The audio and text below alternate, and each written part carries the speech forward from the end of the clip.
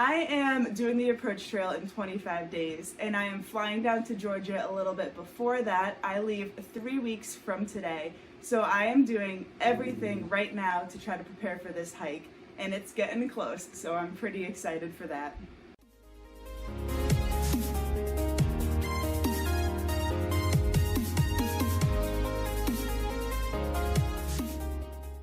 Hi guys, it's Taylor here and welcome back to my channel. In today's video, I'm going to be doing a Q&A answering all the questions that you guys have been asking. I asked you to send your questions in both on Instagram stories and the community tab on my YouTube channel. And you guys thought of some pretty good questions to ask me, really got me thinking about some different aspects of the hike. I wrote them all down in my laptop and I'm going to be answering them one by one. Now there are probably 40 questions that I got, so I might break this video up into 2 different parts if the video gets too long, but I'm going to just start in no particular order. I'm going to be answering them right now. So the first question I have is, have you planned for 0 days or side trips? What is your estimated time for the whole trail? Now I don't have 0 days planned out except for 2 events that I am going to try to go to. The first is a wedding in April, and that's in Pennsylvania. So I hope to get as close to Pennsylvania as I can while I'm on the trail, and then have a family member come pick me up, bring me to the wedding, maybe take 2 0 days, and then have them just drive me back to wherever I left off. The second event I'm going to is the ceremony for finishing my New Hampshire 4,000 footers. I believe that's in early May, and that takes place in southern New Hampshire. So again, I'm probably gonna have a family member come out, pick me up, drive me to the ceremony, drive me back, maybe take a 0 day the day after the ceremony, but I'm gonna figure all that out when it gets closer and just what works best for my hike. But those are the only 2 events I have planned, and they will most likely lead to 0 days if I do end up making it to those events. And then the estimated time for finishing the trail, I am aiming for 4 months. So that would be March 1st to July 1st. The next question is, what do you perceive as your biggest challenge physically and or mentally? Is there any stretch of the trail that you feel will be harder for you? So I actually have a video, I'll link it above, called My Biggest Fears. So in that video, I talk a little bit about what I'm nervous about for my hike. But I think my biggest challenge would just be staying committed to the hike. Like waking up every day and just saying, I'm gonna hike, I'm not gonna quit, like I'm making it to Katahdin. So I think not quitting is a big challenge that I have to face. Also making sure that I stay happy on the trail and that I'm enjoying myself. I'm doing this hike for fun. And if I'm miserable the whole time, that's a problem. So I really have to work on keeping myself happy, committed, and just motivated to finishing the trail. Now the hardest section that I'm kind of worried about is the Smoky Mountains. That's because at that point I will still be new to backpacking. Again, this is my first backpacking trip. So I'm still new to it. It's gonna be cold. I just don't know what to expect weather-wise. So I think it might be mental for me, but I am nervous for the weather in the Smokies. Now I'm used to the weather in the White Mountains in all 4 seasons, so I think I'm all set, but that's just the first struggle that I think I'm gonna face, is just getting through the Smokies and dealing with the weather. Next question, what flavor ice cream do you think you will eat at the halfway point? Well, I've heard from lots of people that the advice that they give is to not get ice cream with chunks or ice cream that you think will fill you up really fast. So just like a smooth flavor like vanilla, chocolate, strawberry, the one that has all 3 of them. Maybe like cookies and cream, cookie dough, just a nice smooth ice cream that I don't think will take me all day to eat. Who will run the store while you're hiking? So right now I currently have 2 stores, but one of them is closing the end of February, which works out perfect for my through hike. That was the plan from the start of opening the gift shop. I just wanted it to be 1 season to try to earn some extra income. So that's gonna be closing, so I don't have to staff that. Now my main store, which is in Meredith, New Hampshire, That's been going on for 3 years, and I plan to keep that open while I'm gone.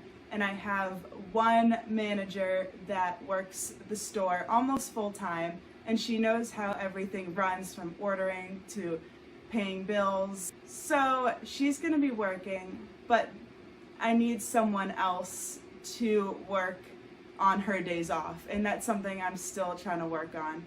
So if anyone watching lives near Lake Winnipesaukee and wants to send in an application, send me a message. I can put my email in the description.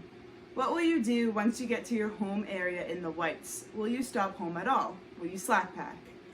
I will definitely try to see my family and my boyfriend as much as I can once I get to New England. It will just depend on their days off, when they can visit me.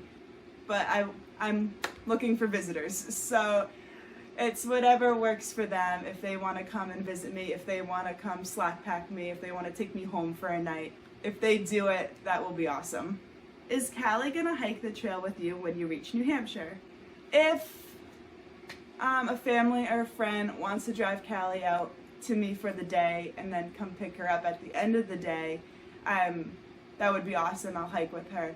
But at this point, Kylie has never slept in a tent, and I don't want to just put her out of her comfort zone that quickly, like hiking big mile days in the Whites, sleeping in the tent, doing it again the next day. So I would love for her to go on day hikes if the logistic works out, but as of right now, she's not going to do any of the through hikes with me.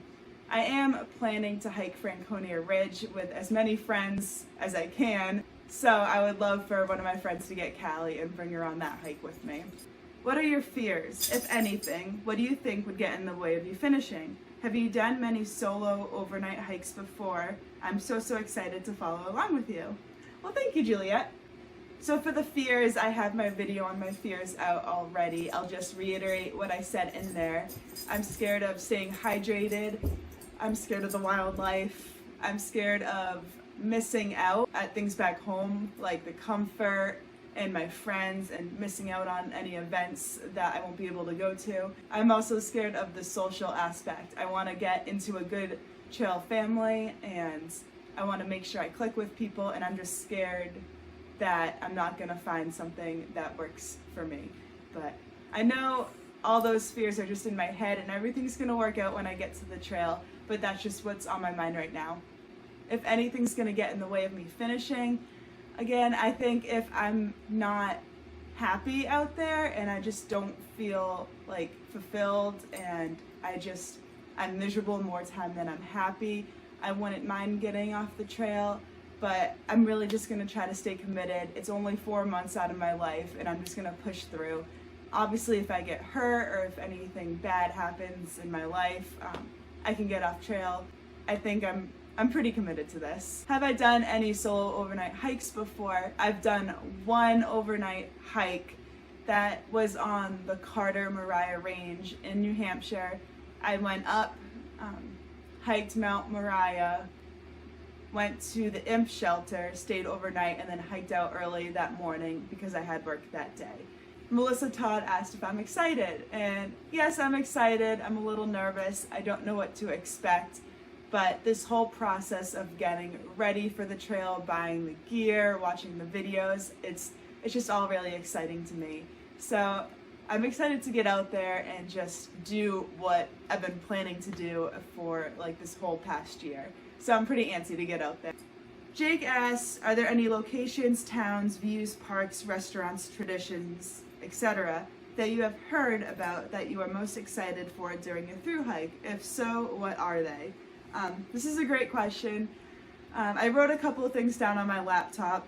I feel like I could do a whole video on what I'm looking forward to on the trail, but I'll just list them pretty briefly right here. I watch a lot of vlogs, so I've seen what other people do on their thru hikes, so I think I'm just excited to get out there and like come up to a hostel, a restaurant, view mountain, etc. and just be like, oh, that looks familiar. I saw that in Garden State's video, or oh, Frozen did that, and stuff like that. I think I'm pretty excited. I'm excited to cross from border to border, crossing states. I think that's going to be a really cool feeling. The fact that I've walked through a whole state I'm excited to see those little mile markers made out of rocks and sticks, like 100 miles, 200 miles. But for specific places, I'm excited. I'm excited to see the arch at the beginning of the approach trail. I'm excited to see my first white blaze, to get into mountain crossings. I'm excited to get a gear shakedown from the people that work there. I'm excited to get to Fontana Dam, enter the Smokies, see Clingman's Dome. I'm excited to see Harper's Ferry and get my photo taken there because I've seen so many other people's photos, and it'd just be a good accomplishment to have that, to be able to go through that myself. I'm excited to get a trail name, the Half Gallon Challenge. I'm excited to get to the 100-mile wilderness, crossing the Kennebec River in the little canoe. There's a campground by the Kennebec that I'm really excited to go to because that's where I vacation every year. So it'll be nice to go there and maybe stay there overnight, take a zero, and experience it as a thru hiker and not just someone on vacation. So that place is called Northern Outdoors. Finally, I'm excited to just make my own challenges, to just challenge myself, be like, okay, I'm gonna do my first 20-mile day, my first 30-mile day. I'm gonna, I don't know, only eat McDonald's for my resupply, or just kind of make up my own challenges and just keep it interesting so the hike doesn't get boring. Alright, so this video is probably getting a little long. I'll do one last question. This is from Brian Rose. How often do you plan on posting a video once you're on trail? Also, any live Q&As from the trail? Thank you. So I will try to do live Q&As if I figure that out. I think that'd be cool. Let me know if you're interested in me doing those. And about how many times I'm posting a week? I think about 2 to 3. I don't want to stress myself out to do daily vlogs. Instead, I'm going to be posting videos about 2 to 3 days a week. Or that's my plan, at least. If something else works out better while I'm out there, I can change it up. But I'm thinking each vlog could highlight about 3 days of my hike. So I think that's a good balance to have between hiking, vlogging, uploading, all that.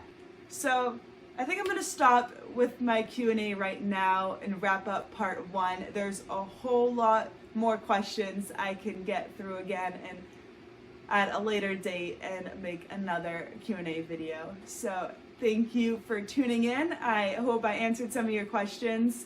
If you have any more, put them in the comments below and I can add them. I will see you in my next video for part 2.